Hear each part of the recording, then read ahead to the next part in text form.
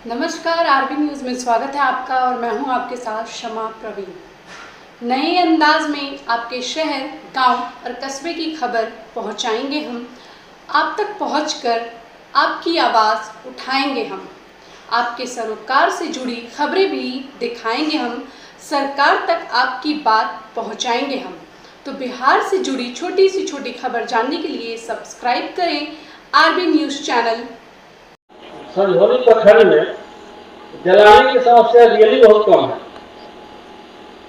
हमको जहाँ तक अपना देखे कि संझौली जो पराली होता है, पुआल होता, यहाँ जलाने की समस्या जो अन्य जिलों से, अन्य जनपदों से, अन्य प्रखंडों से, हमको आगे बढ़ रहे, अन्य प्रखंडों से बहुत ही कम है कि नहीं? ऐसी बात क्या कोई जलाता है? हमको लगता है जलाने वाले लोग नहीं बताएंगे, लेकिन बहुत कम जलाने के जगह पर पहुंच गया है। अच्छा, जो गेहूं कर देता है उसका पराली शून्य तो हो गया, वो नहीं जलता है सर। केवल थोड़ा जलता है गेहूं जो धान का करा पराली होगा ही थोड़ी सी। गेहूं वाला जो कहीं अगर जलता भी है सर तो किसी कारण से आग लग जाता है तब जलता है, अदरवाइज किसान आग नहीं लगाते, छोड़ दिए हैं सर उस परंपरा। ठीक है, धन्यवाद मनोज जी जानकारी देने के लिए। आपके उस एकड़ खेत से लगभग 84 किलो नाइट्रोजन खत्म कर दिए। 84 किलो नाइट्रोजन को उड़ा दिए आप, खत्म। जो आप खरीदने के लिए लाइन लगा रहे हैं वो खत्म कर दिए। उसी तरह से जो हम डीएपी खरीदते हैं, डीएपी पर एक बोरा डीएपी खत्म एक एकड़ खेत से, खाली माची से मारने से। अगर ये तो खत्म हुआ ही, और प्राकृतिक रूप से जो बनता था वातावरण से आकर के मिट्टी में बनता था, मिलता था, वो भी खत्म, क्योंकि जीव ही नहीं रहे बनाने वाला तो क्या होगा। तो ये थोड़ा सा दुष्परिणाम है। इससे सबको बचना चाहिए, प्रयास करना चाहिए कि हम बचें। हम जानते हैं कि एक बार में नहीं होगा, लेकिन एक दिन जरूर होगा। प्रयास आप लोग करते रहेंगे तो एक दिन जरूर होगा। उसके लिए बहुत तरह की यंत्र, क्या क्या चीज आया हुआ है, आप लोग नाम भी सुने होंगे, हैप्पी सीडर, सुपर सीडर, जोतने के बाद खेत को मिला देना, मल्चर, ये सब नाम थोड़ा महंगा यंत्र है, सबके बस की बात नहीं है। लेकिन कुछ किसानों के अगर समूह बना ले तो कृषि पदाधिकारी महोदय देने के लिए तत्पर है, लगातार तत्पर है। इतने अच्छे विभाग के संघोली के ये कर्मी है, कार्यकर्ता है, ये इतना अच्छे तरह से काम कर रहे हैं कि आपका जो कर्म होगा, आपका जो काम होगा तुरंत पूरा करने के लिए तैयार रहते हैं। तो इस तरह से पराली प्रबंधन के लिए आप यंत्र की तरफ थोड़ा आगे बढ़िए। सभी लोग मत बढ़िए। गांव में अगर एक भी हो जाए, जैसे ट्रैक्टर पहले कुछ भी नहीं था, आज की स्थिति में गांव में 20-20 ट्रैक्टर हो गया है। हो गया ना, जरूरत थी तभी तो हो गया, भाड़ा मिल रहा तभी तो हो गया।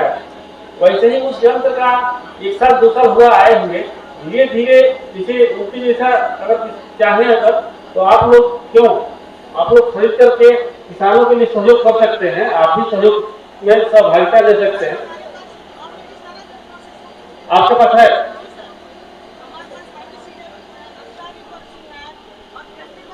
बिल्कुल, देखिए आपके पास उपलब्ध है, आप लोग सेवा लीजिए। हमारे कृषि विज्ञान केंद्र में भी है, आपके पास भी उपलब्ध है, तो वो सभी चीजों का सेवा लीजिए आप लोग और उसका उपयोग करिए। तो निश्चित रूप से जो लोग जलाने का सोच रहे हैं, अभी तो जलाना है नहीं, मन में होगा कि हम जलाएंगे, तो भैया उनसे मेरा हाथ जोड़कर प्रार्थना है, 1 बोरा यूरिया डीएपी और 1.5 बोरा यूरिया और आधा खत्म न करें। सरसों लगाने के जा रहे हैं, सरसों खेत खाली हो गया है, तो जितना जल्दी हो सके लगा दीजिए। और कृपया करके हम लोग सोचते हैं कि घना रहेगा तो ज्यादा होगा, ये हटा देना। हमको अनुमान है कि पिछला बार हम लोग लगाए थे, एक 30 सेंटीमीटर की दूरी पर, दूसरा 7 सेंटीमीटर की दूरी पर, माने जो हल से बुआई की जाती है, बीच वाला थाली को बंद कर दिए ड्रिल का, दोनों की ड्रिल के बीच में हम लोग लगाए। उससे स्थिति ये आई कि 22 क्विंटल प्रति हेक्टेयर सरसों हुआ था। 22 क्विंटल प्रति हेक्टेयर सरसों हुआ था। मतलब लगभग आप प्रयास करिए, अगर एक साथ एक, हमारा कहना इतना ही है कि सरसों के बीज को कभी भी घना नहीं लगाना। जब भी लगाना है तो उसमें सबसे पहले आप डीएपी जो खाद डालते हैं, डीएपी के बदले में आप प्रयास करिए फास्फेट खाद डालने। फास्फेट, क्योंकि उसमें कैल्शियम और सल्फर ऑलरेडी होता है 21% और 19%। तो फास्फेट खाद देंगे तो उसके अलावा ऊपर से आपको सल्फर देने की जरूरत नहीं पड़ेगी। और आपका बढ़वा होता क्या है कि हम लोग सरसों की जब खेती करते हैं तो चाहते हैं कि बीज से सिंचाई के बाद यूरिया मारेंगे बहुत तेजी से बढ़ जाए, और बढ़ता है तो काटने वाला कीड़ा ऊपर आ जाता है, पत्ता काटने लगता है, छेद करने लगता है। तो उस समय यहाँ पर संतुलित लेकर हम चले रहेंगे तो वहां पर बचाव हमारा हो जाएगा। और उससे बचाने के लिए आपको 2 से 3 बार अगर रासायनिक दवा का प्रयोग करते हैं तो करना होगा, तभी जाकर तो बचेगा। फूल लगाते हैं, चना लगाते हैं, तो उसमें क्या आता है कि लास्ट में जब चना फलने को होता है या 20 से 25 दिन का जब बड़ा होता है तो सूखने लगता है। ये समस्या आती है, अमूमन समस्या आती है। जो लोग मसूर लगाए हैं, चना लगाए हैं, जब सूखना शुरू करता है उसके बाद हम लोग दवा का प्रयास करते हैं, दवा डालते हैं, वही दवा डालते हैं जिससे हम बीज उपचार करते हैं। तो कृपया बीज उपचार करने के बाद ही लगाएं, चाहे हमें भले ही 1 घंटा 2 घंटा रुकना पड़े। तो जब भी चना लगाइए, मसूर लगाइए, वही बेवेस्टी नाम की जो दवा आती है, हमको लगता है कि सभी के नाम याद हो गया होगा। बेवेस्टी नाम का 2.5 ग्राम 1 किलो बीज में डालना है और खेत में लगा देना है। इससे बहुत बचाव होता है। लेकिन एक बात और ध्यान रखिएगा कि अगर पिछला साल उस खेत में सूखा है चना मसूर, तो इस साल उसमें गेहूं लगाइएगा। इसको बोलते हैं फसल चक्र। उसमें कृपया करके अगर चना मसूर लगाइएगा तो पुनः सूखेगा और उसके बाद कंट्रोल नहीं होगा। क्यों सूखता है? क्योंकि एक फंगस होता है, इसका नाम है फिजियोशियल वेल। और जैसे ही आप चना बोए, अंकुरण हुआ, अंकुरण के साथ साथ वो बढ़ने लगता है, लास्ट में जड़ में काला काला होना शुरू हो जाता है।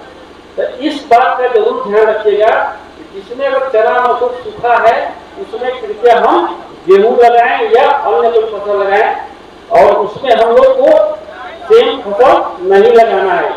तो BHU 31, BHU 25,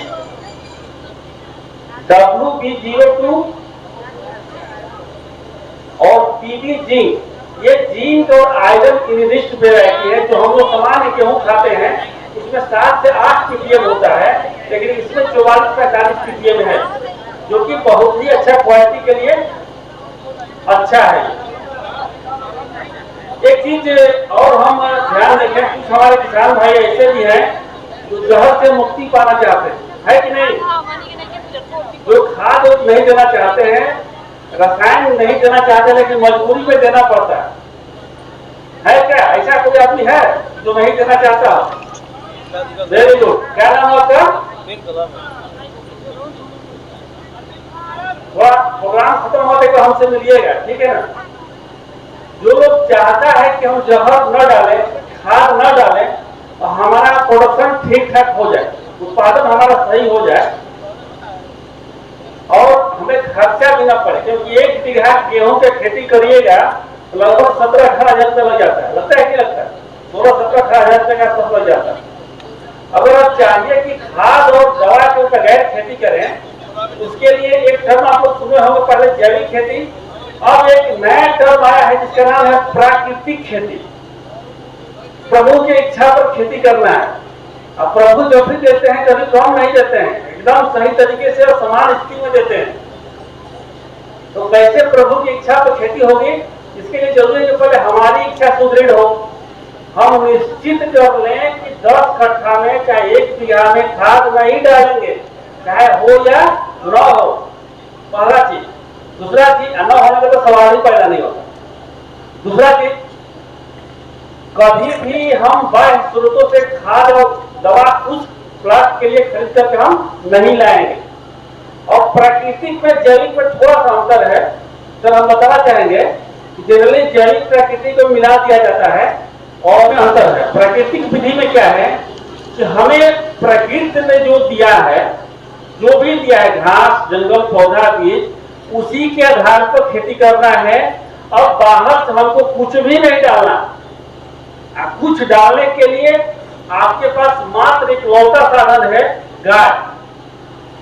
और भी गाय का नहीं, मात्र अगर 3 क्विंटल गोबर है आपके पास, 3 क्विंटल गोबर है और 20 लीटर गोमूत्र है उसी गाय का, तो आप 1 एकड़ खेती कर सकते हैं। गोबर तो शायद फ्री में ही मिल जाएगा अगर गाय आपके पास उपलब्ध है तो, और गोमूत्र आप इकट्ठा कर लेंगे तो दोनों के आधार पर आपका 1 एकड़ का खेती हो जाएगा बिना एक पैसा लगाया हुआ।